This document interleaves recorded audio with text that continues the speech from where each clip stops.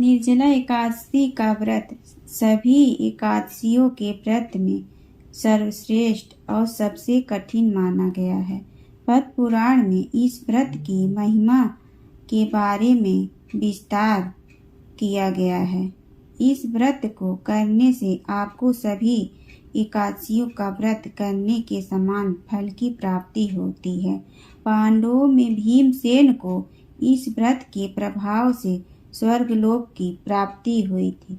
व्रत रखने वालों को निर्जला एकादशी की कथा का पाठ करने से संपूर्ण फल की प्राप्ति होती है। निर्जला एकादशी के संपूर्ण व्रत कथा। युधिष्ठिर ने कहा, जनार्दन, अपरा का सारा महात्म मैंने सुन लिया है। अब ज्येष्ठ के शुक्ल पक्ष में जो एकादशी हो उसका वर्णन कीजिए। भगवान श्री कृष्ण बोले, राजन, इसका वर्णन परम धर्मात्मा सत्यवती नंदन व्यास जी करेंगे, क्योंकि ये संपूर्ण शास्त्रों के तत्वज्ञ और वेद वेदांतों के पारंगत विद्वान हैं।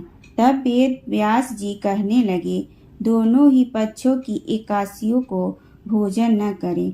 द्वादशी को स्नान आदि से पवित्र हो, फूलों से भगवान केशव की पूजा करके नित्य कर्म समाप्त होने के पश्चात पहले ब्राह्मणों को भोजन देकर अंत में स्वयं भोजन करे। राजन, जना शौच और मरण शौच में भी एकादशी को भोजन नहीं करना चाहिए। यह सुनकर भीमसेन बोले, परम बुद्धिमान पिता, मेरी उत्तम बात सुनिए।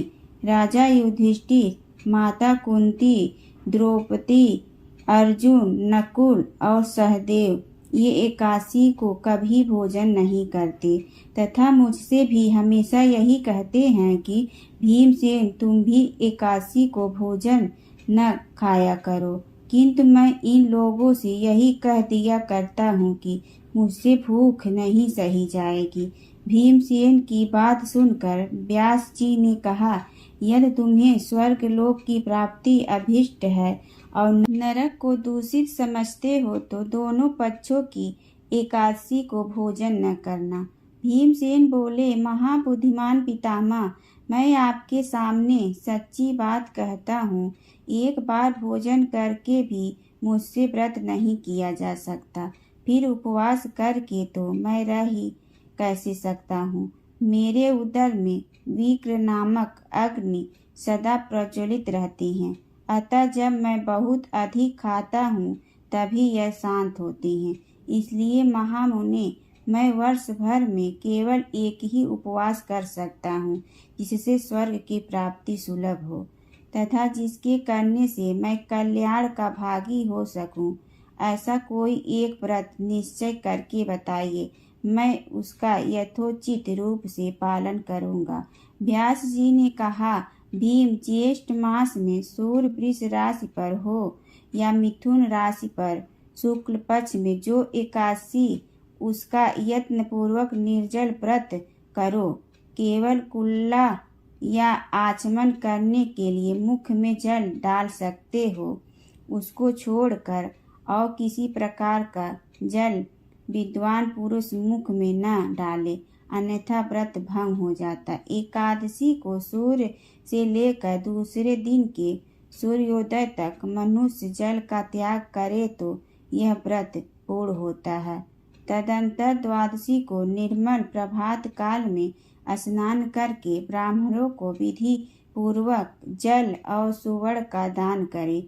इस प्रकार सब कार्य पूरा करके जितेंद्रीय पुरुष ब्राह्मणों के साथ भोजन करे।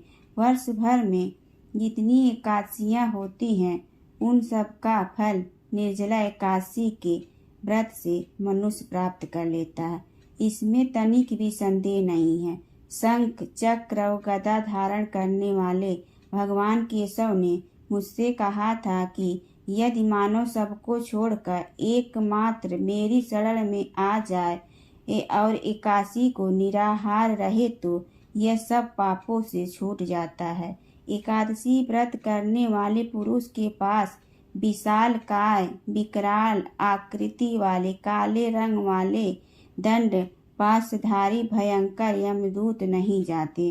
अंतकाल में पीताम्बरधारी स्वयं स्वभाव वाले, हाथ में सुदर्शन धारण करने वाले और मन के समान वेगशाली विष्णु दूत आकर इस वैष्णव पुरुष को भगवान विष्णु के धाम में ले जाते हैं। अतः निर्जला एकादशी को पूरे यत्न करके उपवास करना चाहिए। तुम भी सब पापों की शांति के लिए यत्न के साथ उपवास और श्री हरि का पूजन करो। स्त्री हो या पुरुष, यदि उसने मेरु पर्वत के बराबर भी महान पाप किया हो तो वह सब एकादशी के प्रभाव से भस्म हो जाता है। जो मनुष्य उस दिन जल के नियम का पालन करता है वह पुण्य का भागी होता है। उसे एक एक पहर में कोटि कोटि स्वर्ण मुद्रा दान करने का फल प्राप्त होता है। सुना गया है मनुष्य निर्जला एकादशी के दिन स्नान, दान, जप, होम आदि जो कुछ भी करता है वह सब अक्षय होता है। यह भगवान श्री कृष्ण का कथन है। निर्जला एकादशी को विधि पूर्वक उत्तम रीति से उपवास करके मानव वैष्णव पद को प्राप्त कर लेता है। जो मनुष्य एकादशी के दिन अन्न खाता है, यह पाप भोजन करता है, इस लोक में वह चांडाल के समान है और मरने पर दुर्गति को प्राप्त होता है। जो ज्येष्ठ के शुक्ल पक्ष में एकादशी को उपवास करके दान देंगे वो परम पद को प्राप्त होंगे। जिन्होंने एकादशी को उपवास किया है वे ब्रह्म हत्यारे, शराबी, चोर तथा गुरुद्रोही होने पर भी सब पातकों से मुक्त हो जाते हैं। कुंती नंदन, निर्जला एकादशी के दिन श्रद्धालु स्त्री पुरुषों के लिए जो विशेष दान और कर्तव्य विहित है उसे सुनो। उस दिन जल में शयन करने वाले भगवान विष्णु का पूजन और जलमयी धेनु का दान करना चाहिए अथवा प्रत्यक्ष धेनु या घृतमयी धेनु का दान उचित है। पर्याप्त दक्षिणा और भांति भांति के मिष्ठानों द्वारा यत्न पूर्वक ब्राह्मणों को संतुष्ट करना चाहिए। ऐसा करने से ब्राह्मण अवश्य संतुष्ट होते हैं। उनके संतुष्ट होने पर श्री हरि मोक्ष प्रदान करते हैं।